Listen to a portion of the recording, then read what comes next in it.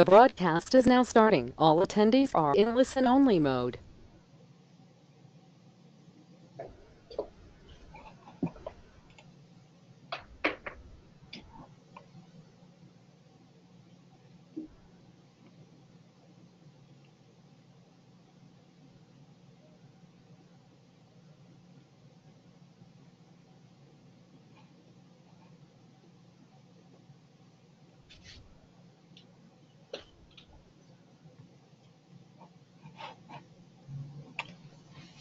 Good evening.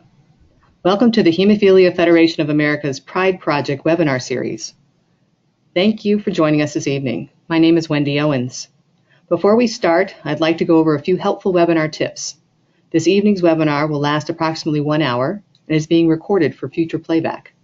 We certainly welcome your participation and questions during the webinar. However, your audio will be muted during the entirety of the webinar, as this helps limit background noise that may disrupt the presentation. If you have a question, we encourage you to type it in the question box located at the bottom of your control panel. Questions will be passed along to the presenters and be addressed at the end of the webinar. Tonight's webinar is titled Pride Project: How do I use PCOR and CER as a healthcare provider, researcher, or industry stakeholder? This is the 5th webinar in the Pride Project's 6-part webinar series. This webinar builds on our previous webinars teaching Research 101 and discussing other issues around comparative outcome research and patient-centered outcome research. Our presenters tonight are Dr. Amy Dunn and Dr. Peter Trask.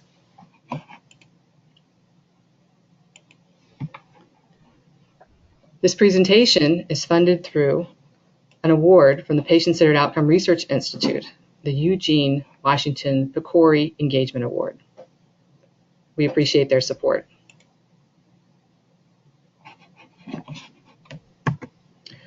A little bit of background on the Pride Project. Last year, HFA won a Pride Award from PCOR Institute, and we won the award to engage with the community to prepare them to be part of research. Community in this case includes patients, caregivers, family members, healthcare providers, industry representatives, and researchers, anyone basically who is involved in the treatment of bleeding disorders. The award was for $250,000, and we're training all these stakeholders in PCOR and CER, so patient-centered outcome research and comparative effectiveness research. And it gives us the opportunity to have community engage directly with researchers and discuss new opportunities. I'd like to introduce to you Dr. Amy Dunn. Dr. Dunn is an associate professor of pediatrics at Nationwide Children's Hospital at Ohio State University, where she is director of pediatric hematology and directs the Hemophilia Treatment Center. Dr. Dunn received her medical degree from Wright State University School of Medicine in Dayton, Ohio, and completed her pediatric hematology and oncology training at Emory University in Atlanta, Georgia. Dr. Dunn has served as a reviewer for hematological journals, including Pediatric Blood and Cancer, the Journal of Thrombosis and Hemostasis, Blood, and Hemophilia. She has published numerous peer-reviewed articles and has given presentations at national and international medical symposia. She's received awards that include U.S. News and World Report's Top Doctors, Castle Conley's Exceptional Women in Medicine, America's Most Honored Professionals, the Atlanta Business Chronicle Healthcare Hero for Healthcare Innovation, # What's Good Award at South by Southwest, and the Children's Miracle Network Achievement Award. She has been a finalist for Most Wired Magazine Innovative Award and for the South by Southwest Health, Medicine, and Biotechnology Award. So it's my pleasure to hand the presentation over to Amy and have her discuss what they did related to PCOR and CER. Thanks, Wendy, and also thanks to everyone who's on the webinar tonight. I know it's late for many of you, so I'll go ahead and get started. And if I can get the slides to advance.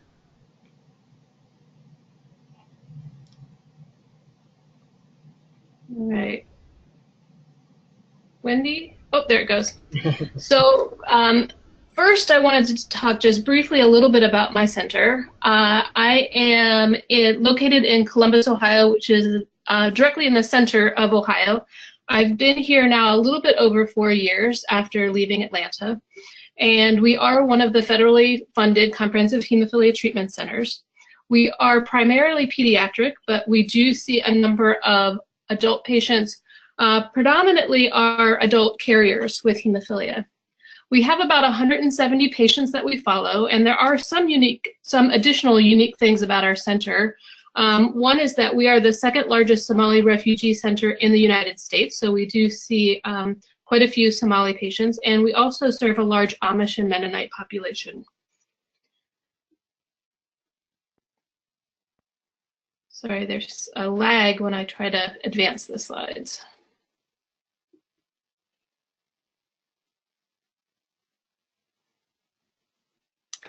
All right, so why were we interested in using quality improvement as it relates to patient-centered outcomes research?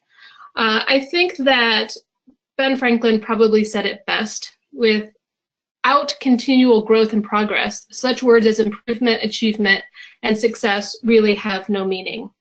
And it's something that we in Columbus take very, very seriously, that in order to provide the best care for our patients with hemophilia, we need to continue to strive to improve the quality of care that we provide. And our team got involved with heavily with QI a few years ago when ATHN, which is as most people on the webinar probably know, the National Hemophilia Program Coordinating Center, decided to really launch QI in the Hemophilia Treatment Center network. And their goal set out in 2016 was to really develop quality improvement capabilities of the entire team. So they really looked across the entire HTC professional team, and they wanted to find 10 pilot centers who would be willing to do a project about transition. So they did not limit us in any way. Each center was able to choose whatever project they wanted, as long as it related to transition from pediatric to adult care in some way. And as we looked at the key ingredients of doing quality improvement in our HTC, a few things that we focused on. QI has really key ingredients. The first is, are you asking the right questions? What is the aim of your project? How are you going to measure it? How are you going to test the changes that you make to see if they actually do improve quality of care? How do you study the quality improvement project that you have? Most people use something called a PDSA, or Plan, Do, Study, Act cycle, in order to test the interventions to see if the interventions that you made actually led to the improvements that you were hoping for. And then the third key ingredient is really making sure you have the right people engaged. And that doesn't just mean that your Hemophilia Treatment Center QI team, it also means the people that you communicate back to, whether it's your patients, your families, or the leadership within your treatment center, or the leadership within your hospital system, or your hemophilia region. So, as I said, one of the most important things about quality improvement is having a good team and having an engaged team. And this is a picture that's a little bit older than I would like. We've been trying to get a new picture of our team for the last few weeks and have so far been unsuccessful getting multiple people in the same room. But this represents a portion of our hemophilia treatment team, most of whom were involved in our QI project. And so in addition to the staff that you see here in the picture, we also, through the ATHN pilot project, had QI coaches and a QI coordinator. We also, as part of our team, decided to have patient representation, which I think is incredibly important, especially since we're talking about patient-centered outcomes research here today. We also had an electronic medical record specialist, because our project ended up really needing to use our electronic medical record. And we had an Ohio State undergrad student who was a really important part of our team. And I wanted to spend just a couple minutes talking about two of these team members. The first was our patient representative. And I'm very fortunate here in Columbus to have a very engaged group of patients and families. But I also have a really unique situation in that we have a young adult who was a former patient at our treatment center, who at the time we started this QI project was one of our pediatric residents. He has continued to be part of that project now more than 2 years later and is one of our pediatric hematology fellows. So he's really had, I think, been invaluable to the success of this project because he really knew the important topics about transition from a pediatric to adult center really inside and out. And then the other person I wanted to highlight was a student who worked with us from Ohio State. He was an undergrad when he started with us, and he started doing a just brief project within our clinical research organization within our larger HEMONC program. And we sort of met him just because he was around the office, and he became really interested in what our Hemophilia Treatment Center was doing, wanted to get involved with this particular project, and really became an integral player in this. He was really active, he was really engaged, he was young and energetic, and really took a lot of ownership of this project. And I think a lot of the success really had to do with his involvement. And it's a little bit bittersweet today because today was actually his last day. So we had to say our goodbyes to him, but we're really hopeful that we will see him in the future because he starts medical school this fall. So now moving on to the aim of this particular QI project. As I told you, Athens said, do a project about transition. And so our QI team got together and we talked about what were we passionate about as it relates to transition in hemophilia. And what we decided was that ultimately the project that we were most passionate about was not necessarily ensuring that a patient moved from the pediatric to the adult side, but that they were able to demonstrate the knowledge that they needed about their hemophilia, but also about the treatment of their hemophilia that would allow them to be medically independent. Hopefully, ultimately, that would lead to them transitioning to adult care. But again, what we were passionate about was making sure that they had the knowledge that they needed to transition when they wanted to, or when the time was right. And so this is the aim statement that our team came up with. And in our institution, we use a color-coded scheme when we create an aim statement. And so we have to have a what, and that's in purple. And for us, our what was we wanted to increase the use of a transition tool. And our transition tool was actually a knowledge acquisition tool. It was our way for us to assess whether our patient had the sort of a baseline amount of knowledge that we thought would lead them to medical independence. In green is our who, and that's what patient population we wanted to target with this project. And for us, it was patients with moderate or severe hemophilia A and B of a certain age. And the age we chose was our young adult population, our teenagers from 15 to 21, because we felt like that's really the age group that's ripe for this talk about medical independence and transition. In red, we needed to have our sort of how much. So we wanted to increase the use of this tool in our patients, our adolescent and young adult patients with hemophilia, from 0%, which is what we were doing before this project, to at least 50% of our patients. And in blue was our when. We said we're going to do this by the end of June of 2016, and then we wanted to at least be able to sustain this project throughout the rest of 2016. So this is a key driver diagram, and for those of you who may be less familiar with QI projects, this is the sort of a standard diagram that you will see for people who are doing QI projects. And so over here in the left corner, lower corner, is kind of what our aim was, our overall driving aim. And that's really that we were ultimately going to improve the percentage of patients with hemophilia that are ready for transition to adult care. That led to our specific aim for this project that I went through on the previous slide. And in order to achieve this aim, we thought there were really 4 drivers that would help us get there. For us, it was that transition tool, which, as I said, it was essentially a way to prove that our patients had the knowledge that they needed to be medically independent.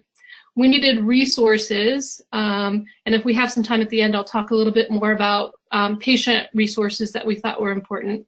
We really needed to be able to communicate about our project, and we needed to put some education around this. On the far right are the interventions, and each driver is linked to a number of interventions. And then as you go through a QI project, as you try out these different interventions, then you need to actually be able to test whether those interventions that you made led to any change. So here we go. So this is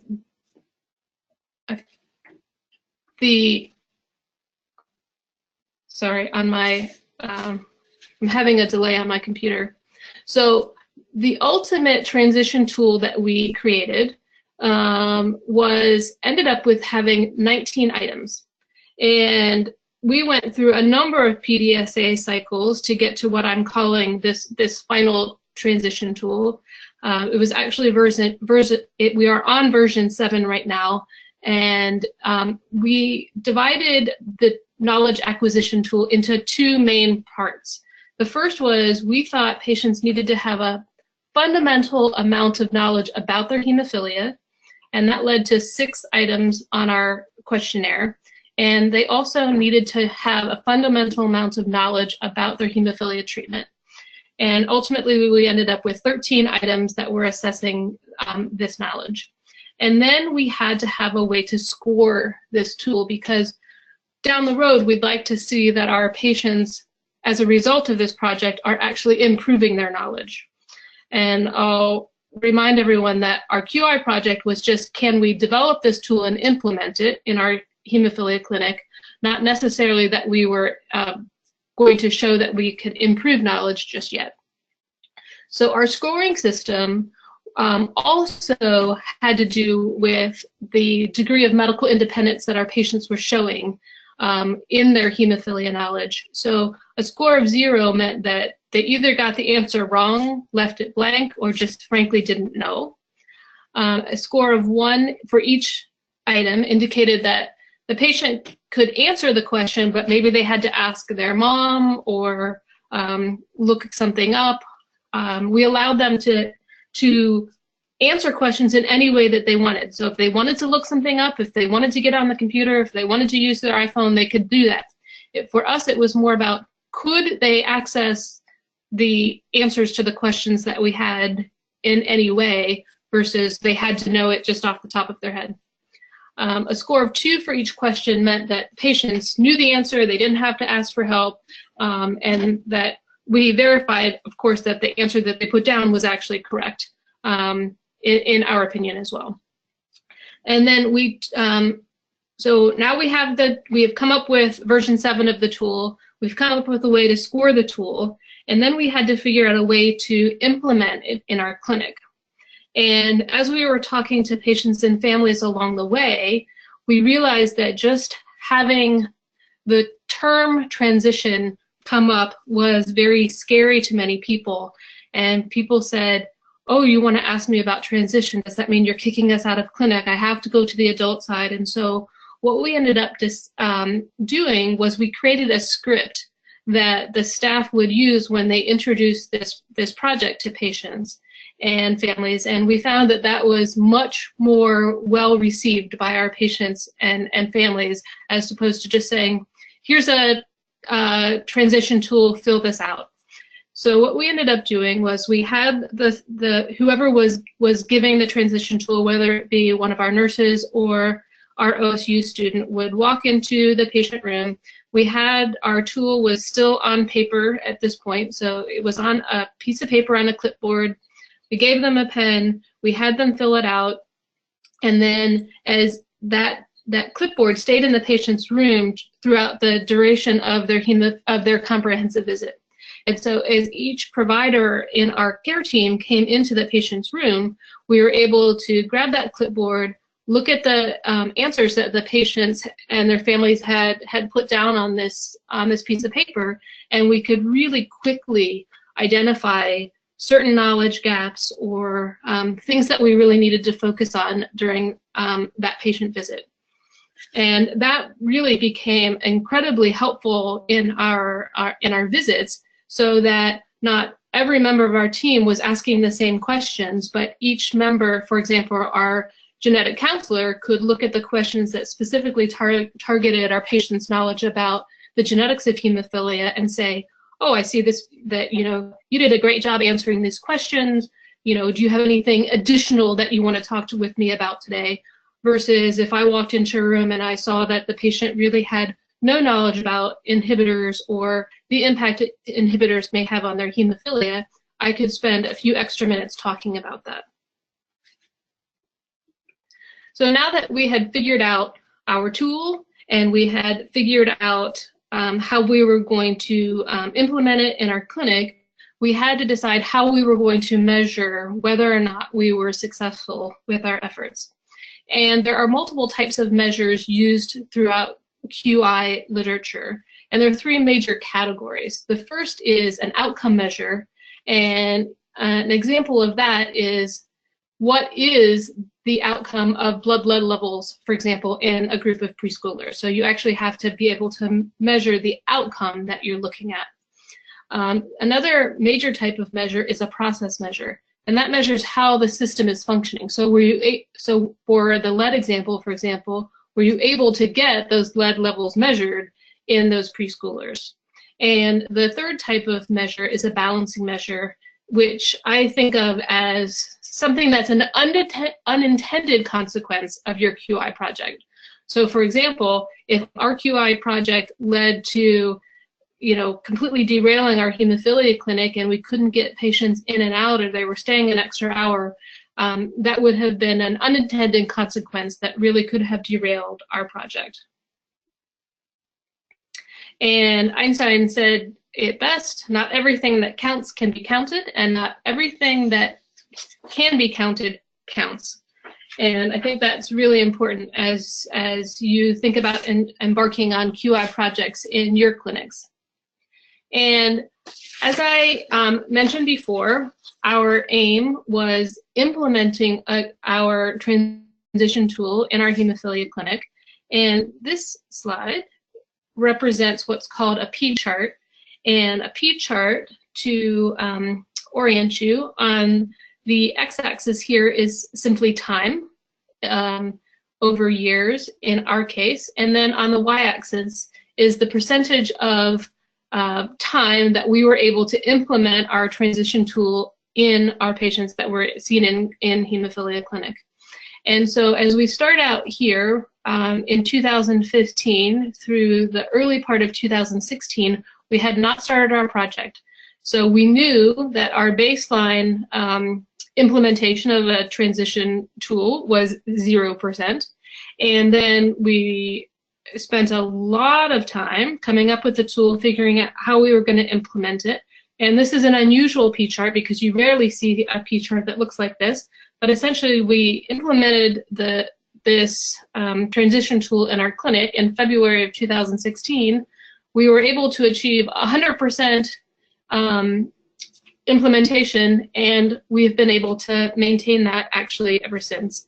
I haven't made a new P chart of this project because it's a pretty boring P chart, but I'm just incredibly proud that our team was able to sort of hit a home run first time out, and I really attribute that, one, to having a great team, and spending a lot of time refining our processes before we actually implemented this tool in our clinic.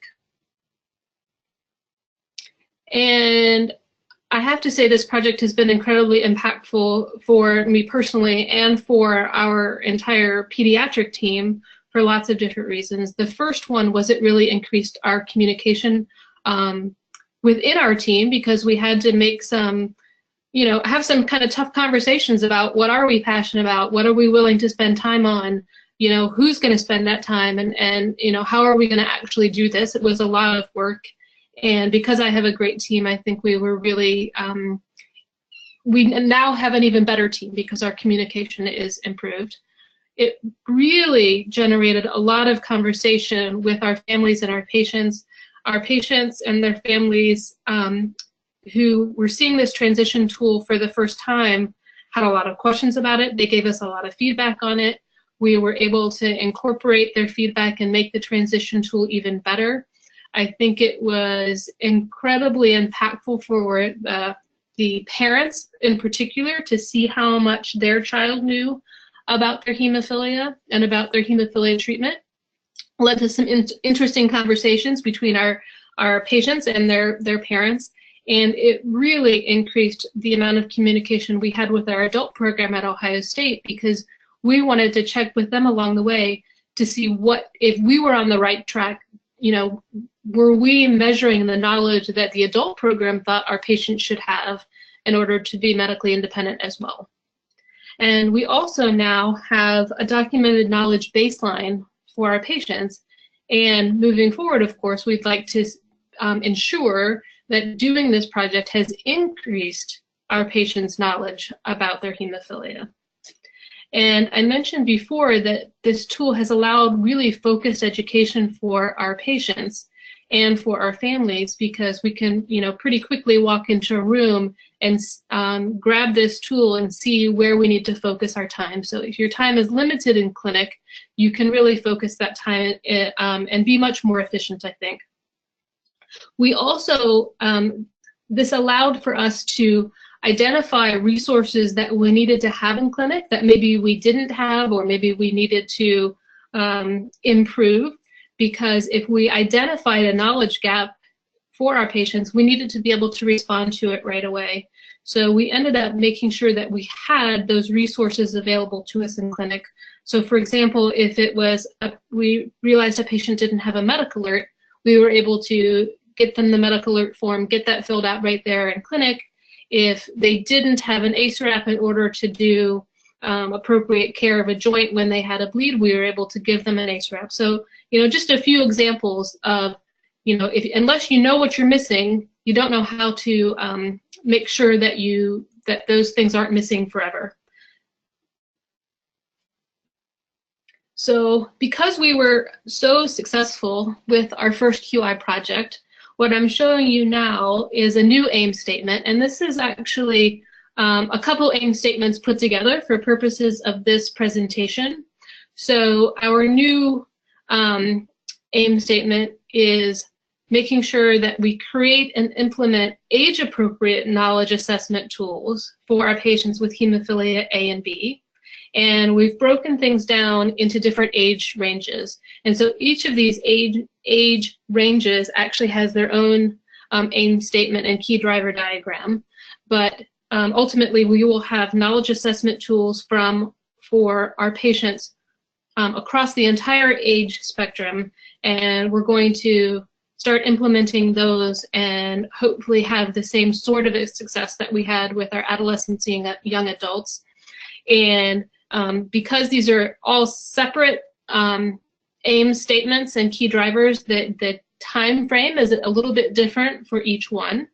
But I'm happy to tell you that in our 13 to 15-year-olds, we are well on our way, and we actually have completed our first PDSA cycle in our slightly younger kids last week. And really interesting to get the feedback from these younger kids and to see sort of how engaged they are and how sort of excited they are to be able to answer the questions that we have, and how how important it is to make sure that you're being age appropriate with the questions that you're asking and with the feedback that you're giving. So hopefully in future years, we will have some additional ways to improve our QI project on knowledge acquisition here in Columbus. We are currently taking our paper tool and building it into electronic form that will download directly into REDCap and then hopefully ultimately into our electronic medical record. We are working hard on age-specific tools, and again want to shout out to our OSU student who spent a lot of time coming through the literature about transition and age-appropriate questions, and making sure that we were on track for every age range to acquire knowledge in an appropriate way. And then we're also working hard to make sure we can track these results so that we can assure that we're actually meeting our patients' needs, and then hopefully publishing our results along the way so that if other people want to use the tools that we've created, we would certainly be really happy to share those with anyone. And we've had a few people already that have asked us about this, and so anyone who's interested in what we're doing, we'd be happy to share more. And last but not least, special thanks to some of the QI folks at Nationwide Children's, and then Ari, who was our student at OSU.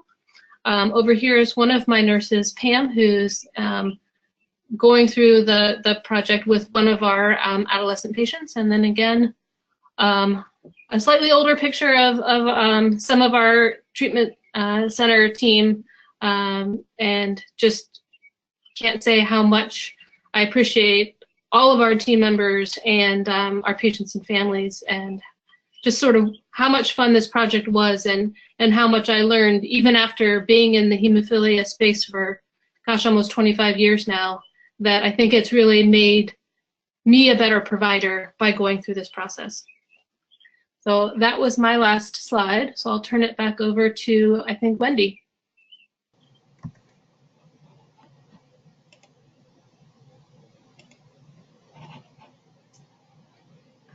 Thanks, Amy. Appreciate it. So next up is Dr. Peter Trask of Genentech, and I'll just give you some information on Dr. Trask. Dr. Trask is an Associate Director of Patient-Centered Outcome Research at Genentech. Peter joined Genentech in early 2015, and for the past 3 years has been responsible for developing and executing patient-centered research for the hematology franchise, including hemophilia. Prior to that, Peter worked in the Oncology Health Economics and Outcomes Research Group at Pfizer and Sanofi. Peter received his doctorate in clinical psychology from the University of Maine and engaged in a 2-year postdoctoral fellowship in behavioral medicine at the University of Michigan. He received his master's in public health from Brown University. His research is focused on assessing the health-related quality of life of individuals diagnosed with cancer and other diseases, and the impact of disease symptoms and treatment-related toxicities.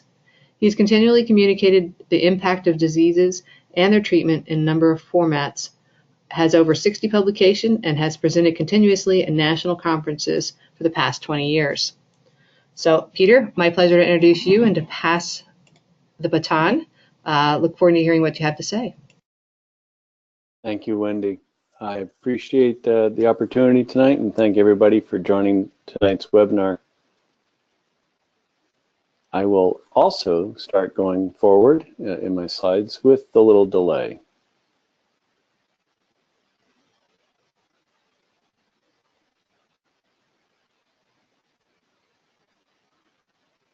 Okay, so I like to start with a general introduction to what are patient-reported outcomes. And these are any information that comes from the patient directly about their health without any interpretation of that patient's report by a clinician or, frankly, anybody else, be that a caregiver, a parent, or even a caregiving child. And as we put this together, I realized that the typical clinic visits already contain a variety of patient-reported information. Whenever you visit the clinic, one of the questions you will inevitably be asked are, how are you doing today? Often, however, the patient who may have been in the waiting room for some period of time may be hesitant to provide a really detailed answer. And this may be because they are aware that the physician is already running late, has a lot of patients to see, has a limited amount of time with any one particular patient, and thus doesn't want to ask or provide a lot of information. It's also possible that they were focused on covering one issue during the visit and forgot to discuss some other concerns that they may have had, or have a variety of other concerns that may be happening to them, and they may be concerned with what would happen if they provided that information. And then a good example of that are patients who may be experiencing some side effects, but are otherwise being controlled by medication and are concerned that if they talk about the side effects, the medication may be stopped. But regardless of the reason, the result is that information that may be pertinent to the care of the patient is not being discussed. One way that we can approach this and address some of these issues would be to include a patient-reported outcome measure, such as the one that we've just heard about, as part of the standard clinic visit. And these measures, while often in the form of questionnaires, can be completed on electronic devices or on paper while patients are waiting in the waiting room. Certainly prior to their visit, these can focus on disease or treatment-related symptoms. They can focus on psychosocial issues or the presence of anxiety or depression, or anything that may be helpful to understand in order to increase the ability to effectively care for the patient, such as one's knowledge assessment. So why is including PROs in clinical practice important then? And it's important for not only the clinician, but it's also important for the patient and the caregivers. For the clinician, it allows the healthcare provider to have information on how patients feel about their current medication, or how they feel about the treatment that they're currently being given, and whether there are things that they might want to change. For the patient, it helps convey the concerns that they are having, as well as convey the benefits of treatment, and ensure that they are able to discuss the most salient issues during this limited period of time. And finally, for caregivers who are already dealing with multiple competing priorities, it often helps them remember the information that they really feel most important to tell their doctor about the child during that visit. I'm occasionally asked, though, whether including PROs in clinical practice is necessary, and the short answer is no. Including PROs in clinical practice is not necessary, but the research in a variety of therapeutic areas has identified that there are certain reasons why it may be worth implementing them. For example, clinicians are often unaware or miss up to half of the symptoms of treatment that their patients are experiencing.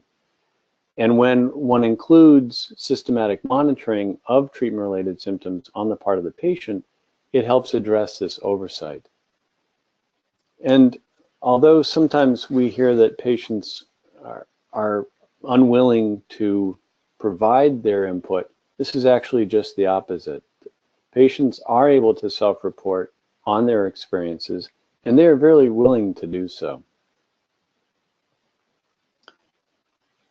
The benefit that patient reporting of their symptoms can have was recently demonstrated in a study by Dr. Ethan Bosch and his colleagues this past summer at the American Society of Clinical Oncology annual meeting.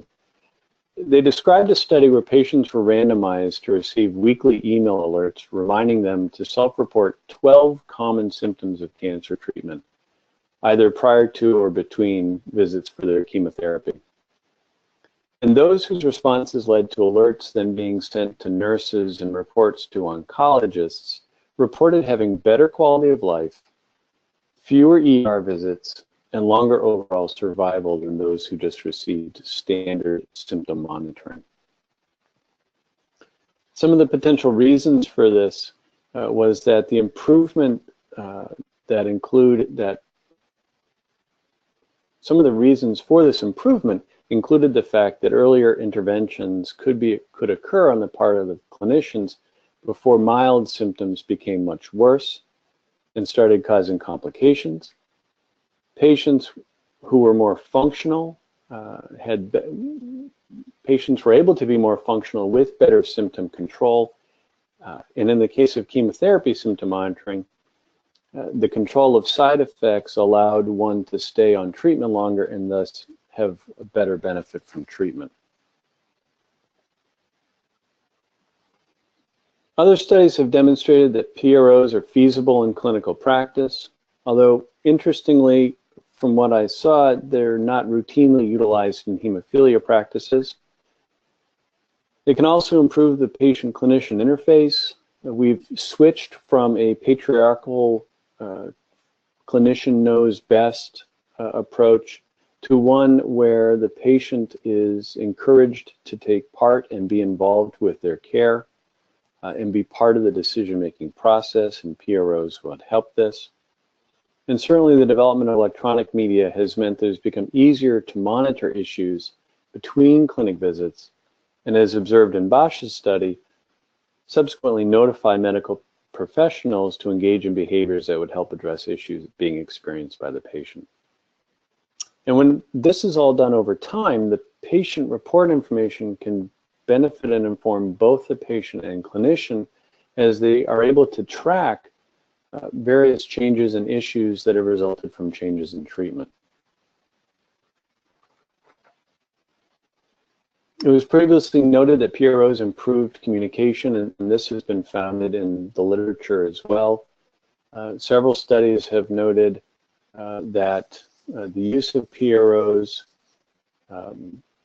has led to improved communication with physicians and healthcare professionals, as well as being able to reduce distress and discomfort and improve physical symptoms and functioning. So far for most of this talk, I've talked about examples that have not been within hemophilia, but assessing PROs in hemophilia patients also comes with benefits, both on the individual level as well as the group level. On the individual level, the goal of any treatment is to keep ABRs as low as possible. And we've seen in the literature that clinicians are not necessarily accurate in determining the number of bleeds that a patient has had over a past period of time. So if we implement an electronic bleed diary, we could systematically allow for capturing of bleeds when they occur, as well as the documentation that bleeds are not occurring, which is equally important. And as there's the potential that patients with hemophilia may have joint damage, we can utilize instruments, which, albeit are not PROs, to document early joint damage, and then use PROs in conjunction with those devices to provide additional insights into the ability of the individual to engage in various activities. And finally, we can allow PROs to track how well an individual's treatment is going and modify said treatment to improve outcomes if needed. On a group level, the inclusion of PROs would allow practices to evaluate how patients with similar characteristics are doing on various treatments and work to maximize those treatment effectiveness, and allows them to tailor treatments to patients based on similar characteristics. I wanted to show an example of this on a group level, albeit from 2 trials that were conducted at Genentech. On the top half is a non-interventional study that utilized the Hem-A-QoL, which is a measure of hemophilia-specific quality of life. Scores range from 0 to 100, with lower scores being indicative of better functioning. The Hem-A-QoL includes 46 items that create 10 domains, which include physical health, sports and leisure, and work and school, as well as a total score. And in both of these studies, patients were asked to complete the questionnaire every 4 weeks. Once the individuals had completed the non-interventional study for at least 25 weeks, they were transferred over to one of the interventional studies, and then for this one in particular, randomized to either emicizumab or no prophylaxis. And what we see here is that in the top part, individuals were experiencing impairments in physical health, their ability to engage in sports and leisure activities, as well as work and school. And this was either maintained or got worse over a period of observation, where they were only taking the treatment that they had initiated prior to coming into the study. On the lower half, we have an example of what happened to their physical health in the figure, as well as the changes that were observed in sports and leisure and work and school scales. And in this case, a negative score means an improvement, since lower scores are better. And we see that in both cases, the addition of emicizumab improved physical health, sports and leisure, and work and school. And following up by looking at the total score, we see that the same thing occurred here as well. So if including PROs in clinical practice has such beneficial effects on patients and benefits caregivers as well, it's happening all the time. And this slide shows that there are a variety of barriers to capturing PROs in real-world practice. The first one is time constraints. There is a lot of concern that there may not be enough time to address the issues that arise from patient-reported outcome measures.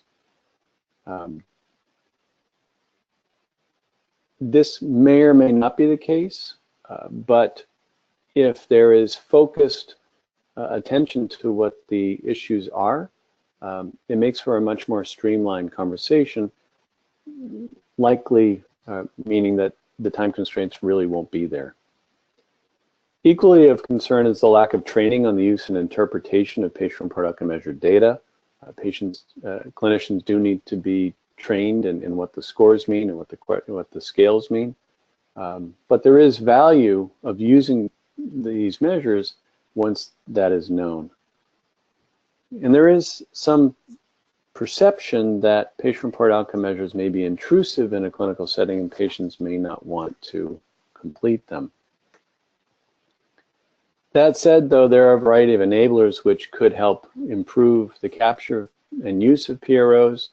These include integrating them with clinical practice guidelines, flagging clinically important scores, providing longitudinal interpretation of what signifies clinically important differences and important changes in measures, and utilizing these measures to address more disease and symptom-specific questions. So at the end of the day, although there are hurdles to including PROs in clinical practice, we've seen that there are a lot of benefits to doing so.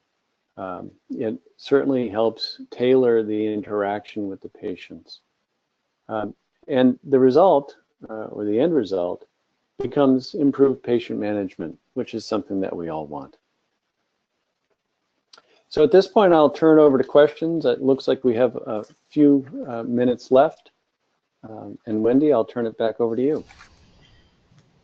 Thank you, Peter, and thank you, Amy. Yes, we have a few minutes left for questions, and we do have several questions that have come in during the time you guys have been speaking.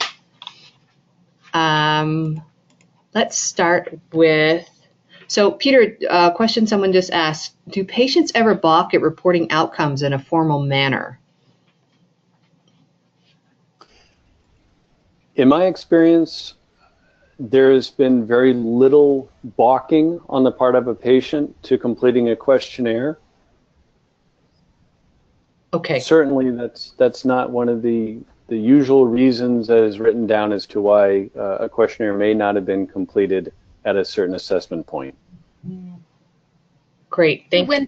Go ahead. Could I say that if you have to be very careful, though, that your questionnaire is right for your patient population. You know, the times where I've seen people feel uncomfortable about filling out questionnaires were perhaps if English was not their first language, or perhaps there were literacy issues that people, just really couldn't fill out questionnaires, but maybe didn't feel comfortable saying that. So I think particularly when you work with a pediatric population, and the populations that I work with are Somali families, some of our Amish and Mennonite families, we really have to take that into account. Great, thank you.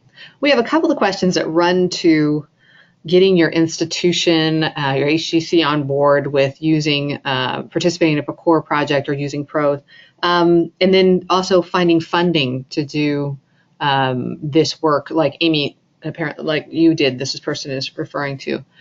Could you guys speak to that issue of how you get your institutions on board, and is the funding something you look to internally, or would you suggest, looking outside?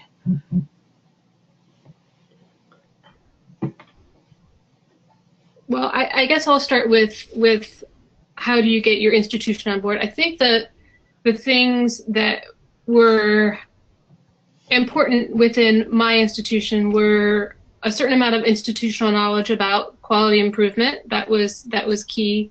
And then showing and then communicating back to the people who ultimately provide funding about the impact that your project had. So, for example, we had regular report backs to the leadership of the hospital, that the leadership of the Hem/Onc division, and then the leadership of the hospital, that showed how effective our project was. And they actually fund globally the QI experts that assist us throughout our system. And so I think that constant communication and feedback back to the people who ultimately write the checks is incredibly important. And then most of our project was really not funded necessarily. There was some funds to complete some QI training early on in the pilot project for Athens, but there's no longer any funding at all. So I think what has kept our HTC engaged in this project was seeing the impacts that we were having, not only on our treatment center team, but also our patients and families. And so, and QI is a really nice way to show progress. And it doesn't take a lot of money, and it doesn't take a lot of resources, yet you can really show pretty rapidly change.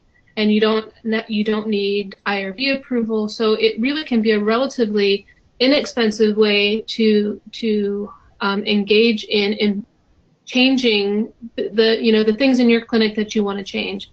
And my team is now so enamored with the whole QI process that we have multiple different projects going on, some related to improving the flow of our clinic, some related to knowledge acquisition, some related to increasing some of the services that we offer in clinic.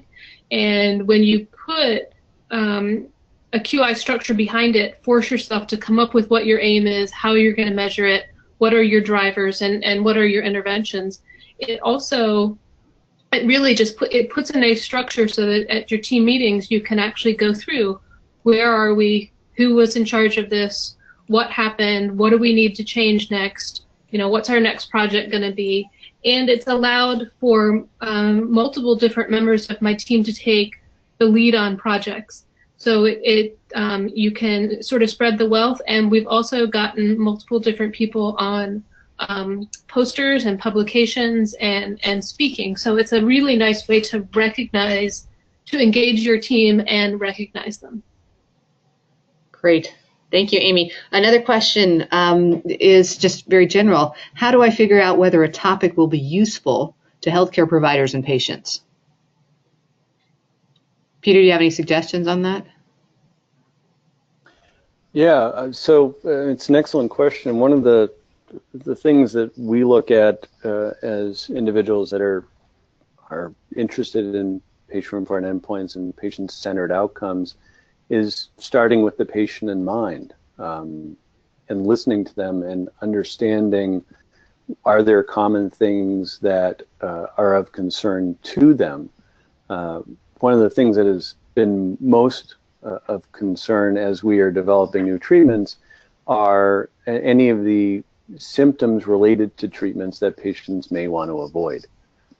So if we understand that, then we can tailor questions and questionnaires to the symptoms that may be most relevant to a particular treatment, and therefore have that additional knowledge that helps us deal with those and address those patient concerns.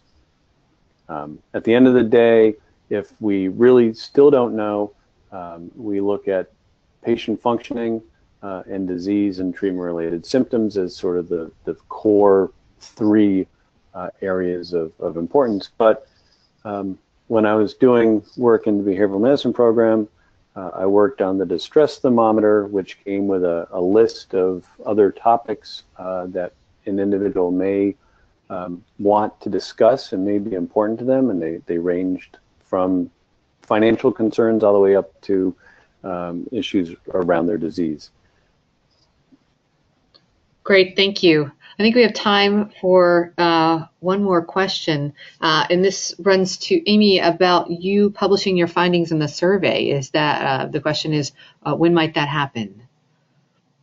Great question. We did have a poster at BISNA just, I guess, last month, and our student Ari was the first author on that, and actually won a travel award to go to San Diego and present that. So that was sort of the first step.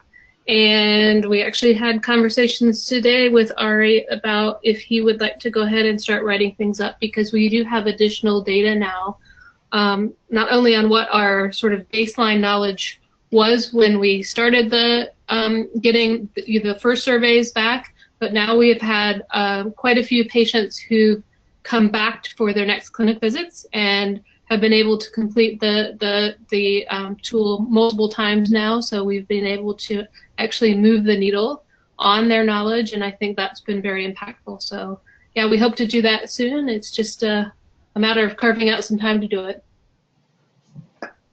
Great, thanks so much. I would like to thank Peter and Amy very much for their participation and the time they spent preparing for this webinar and preparing slides and being here this evening with us. Thank you guys very much for an insightful presentation, and thank you everyone else for attending the webinar today.